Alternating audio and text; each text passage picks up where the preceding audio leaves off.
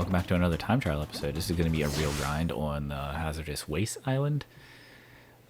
This one gave me some trouble for sure. I would say this one and Crash Compactor are the harder ones on this island. So like I said before, I'm just better at triple spin than I am at the slide spin, so that's what I do. This took a lot of practice to get this down here, that jump. Like, sometimes I could do it better than that. Sometimes I could do it without jumping. I got good at skipping the second sharp jump there, so I could jump in between them, so that was helpful. It saved me a couple seconds. That took me forever to get down, that slide jump there. This was good. Now, if you make it to this rail at about 13 seconds, you should be good as long as you keep your pace. That's a good, usually if I was around there, I was really close to the time, so. And I don't think I really miss hardly any boxes. I'm pretty sure I hit almost all of them. Except for there's one at the very end that I could never get, because I was never good at sliding and phasing at the same time. So anyway, stay away from that nitro. That's taken away my masks plenty of times. You definitely want to keep your masks for this. That is a priority. So here, if you're at about 33, 34 seconds, you should be good. Now this is tricky here, but if you flip up at the right time, you'll hit that box without hitting the TNT. Same with this up here. If you drop at the right time, you will hit all the boxes except for the TNT. Take some practice, just keep trying. If you are behind on your time, I would suggest just going here and just practicing doing that every time, just so you can get that part down, because you want your masks, you want invincibility here. It is like super important to have invincibility here, because then you can just speed through all of this. You don't have to worry about anything. You just spin the nitros, skip through this. Now this box right there, I'm pretty sure that's the only one I don't collect, because I was never good at getting it.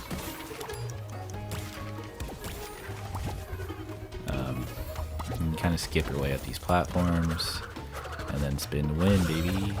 So there it is. But yeah, this one for sure gave me the most trouble out of all 4 levels.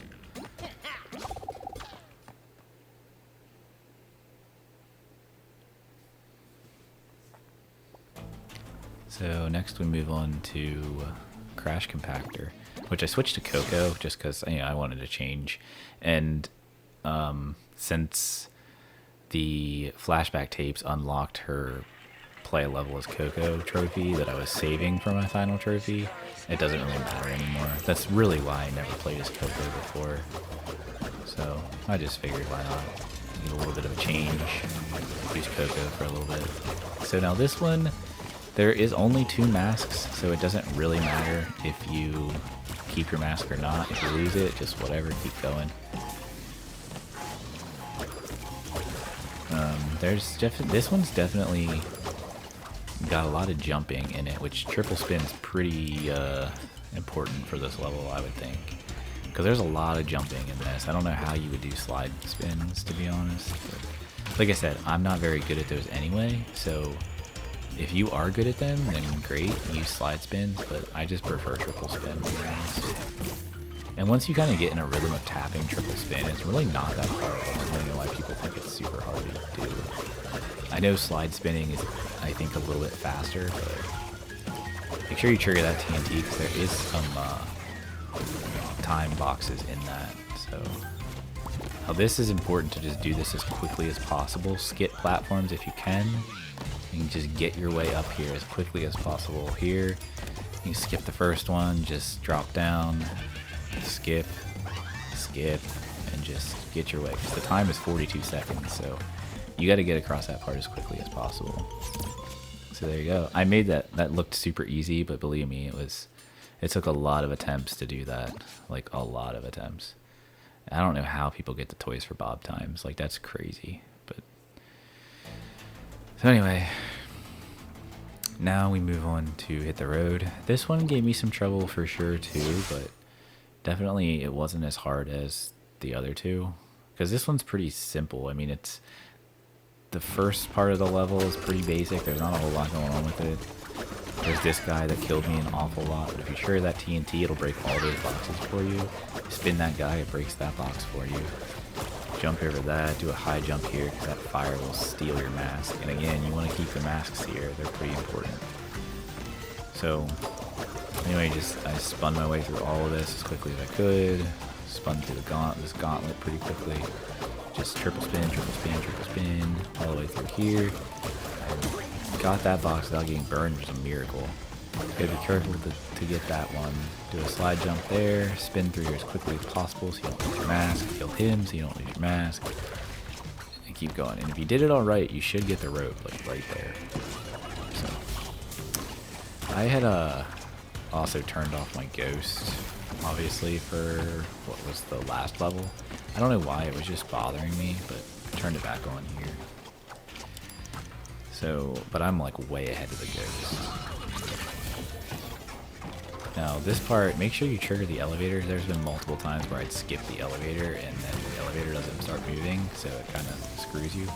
You can do a double jump up there even where that fire is going, as long as you're a little bit to the right. Now this is where it's very important to keep your mask. Make sure you're facing the fires, hit the TNT to break those, get the last mask, and then just sprint your way through this last part. Make sure you butt slam this, or belly flop if you crash. Just spin, get that last crate, and then get here. If you're at 52 seconds or less, you should be perfectly fine to get the platinum time. This part's pretty easy. Just keep in mind that the truck does not trigger time crates. So if you miss a time crate and the truck breaks it, it doesn't count for you. So just hit all the time crates you can. There's really only one that has a TNT, but you get masks here, so you should be fine. And you should have two if you made it all the way to this point and got 3 masks. Well, there's the TNT. There's one more, I think. So, but even still, if you made it to this point and had invincibility to get to this point, you'll have 2 masks. So don't worry about any TNT. Just focus on getting the time crates, and you get another mask, I'm pretty sure. So don't forget about the jump off to the left here. Yeah, there's a mask. So off to the left over here, you're going to hit this jump, and it's going to take you all the way up, and you'll have a 3 box. Definitely want to hit that. And then this is where there's another TNT, but you picked up a mask, so just take the hit. I missed those, but it's fine. Still got the time.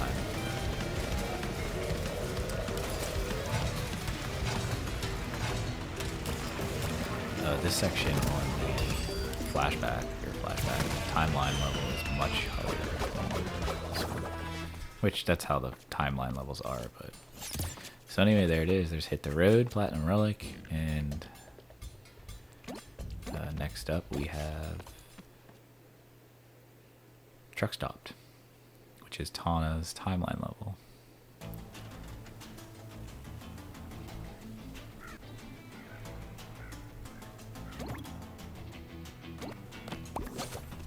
These two, I feel like the platinum times are much more forgiving. This one's a little tight.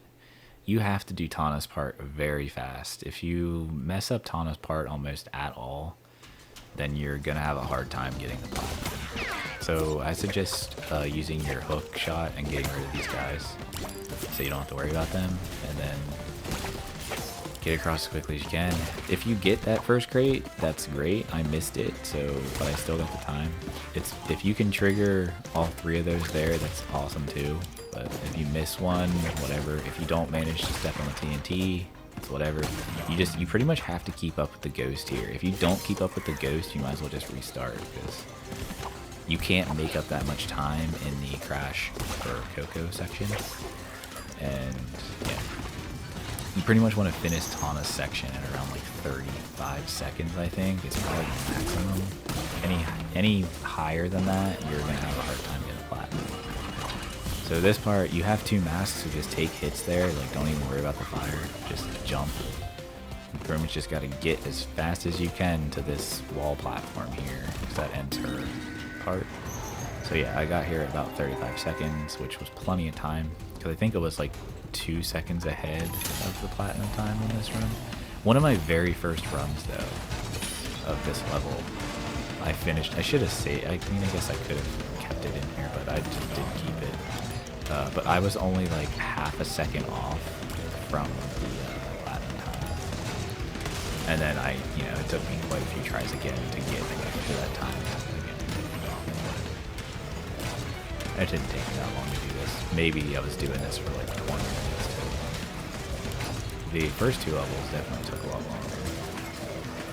This island was easier than the first island, though.